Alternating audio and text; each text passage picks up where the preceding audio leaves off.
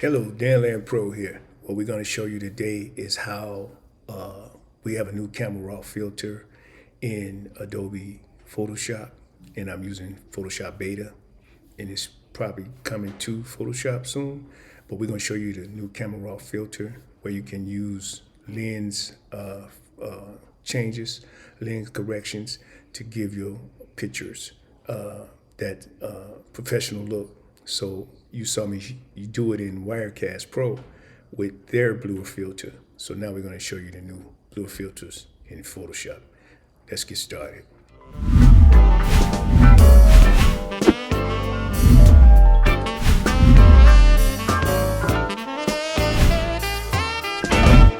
Okay, so here we are in Photoshop. I'm going to file, I'm going to hit open.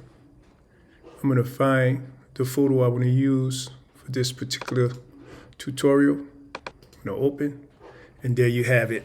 Now, all you have to do is come up here to filters, and you see your usual filter gallery, but you see where it say camera raw filter.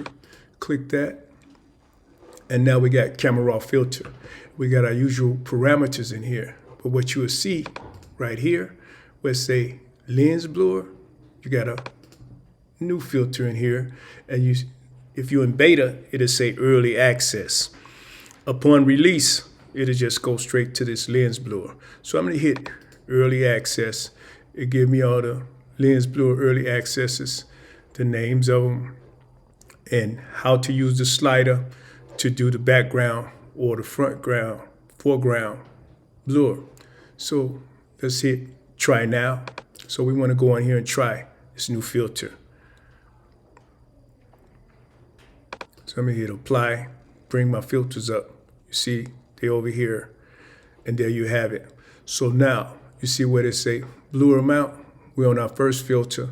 So you can look at the names of the filters. In this case, we got our circle modern filter. So now when I adjust that blur, see the background? The background is blurred.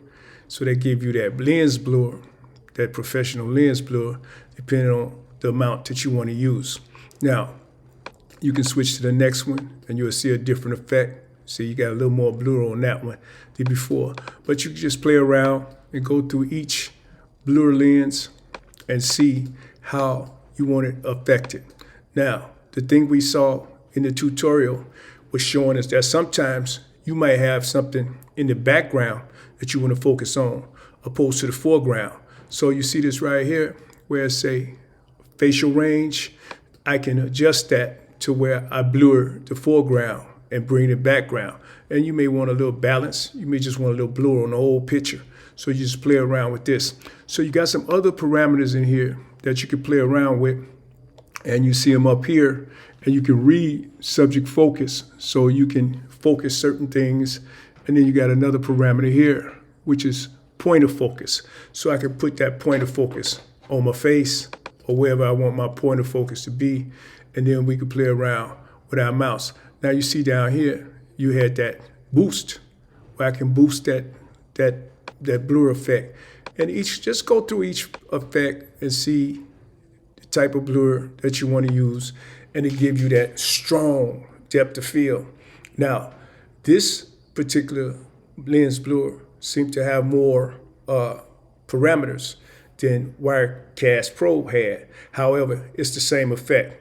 So depending on what you want to do and how much time you have, you can use either programs in order to get a lens blur to give your footage in the case of Wirecast, or your photo in the case of Photoshop, the lens blur effect, which creates a depth of field that you might not have been able to get with your camera, depending on whether it was consumer, prosumer, or professional. And that's the new camera raw Photoshop lens blur. So there you have it. It's always a pleasure to serve you. My name is Danland Pro, youtube.com, Steppers Express. Make sure you hit that like button. Peace.